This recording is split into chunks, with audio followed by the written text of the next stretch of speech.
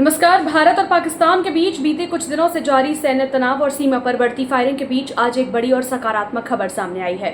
दोनों देशों के डीजीएमओ के बीच सीधा संवाद हुआ, जिसके बाद यह तय किया गया कि आज शाम 5 बजे से थल, जल और वायु तीनों मोर्चों पर सभी सैन्य कार्यवाही और गोलीबारी को तुरंत प्रभाव से रोका जाएगा।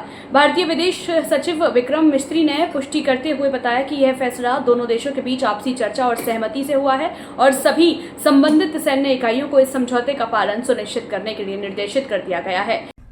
Director General of Military Operations of Pakistan called the Director General of Military Operations of India at 15:35 hours earlier this afternoon.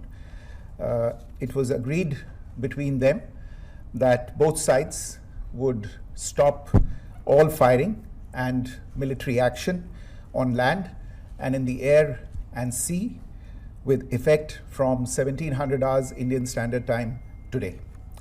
Instructions have been given on both sides to give effect to this understanding. The Directors General of Military Operations will talk again on the 12th of May at 1200 hours. Thank you. इस बीच America के पूर्व राष्ट्रपति Donald Trump ने इस मुद्दे पर एक और बड़ा दावा किया है। उन्होंने ट्रुथ सोशल पर पोस्ट करते हुए कहा कि भारत और पाकिस्तान पूर्ण और तत्काल युद्ध विराम के लिए सहमत हो गए हैं। ट्रंप ने यह भी कहा कि यह अमेरिका की ओर से की गई लंबी मध्यस्थता का परिणाम है। मैं दोनों देशों को बधाई देता हूं कि उन्हें आपसी समझ का परिचय दिया और हिंसा की राह छोड़ शांति को चुना। हालांकि भारत सरकार की ओर से यह स्पष्ट कर दिया गया है कि किसी भी अन्य मुद्दे पर किसी और स्थान पर कोई बातचीत नहीं हो रही है और यह समझौता केवल सीमा पर फायरिंग और सैन्य कार्रवाई को रोकने तक सीमित है।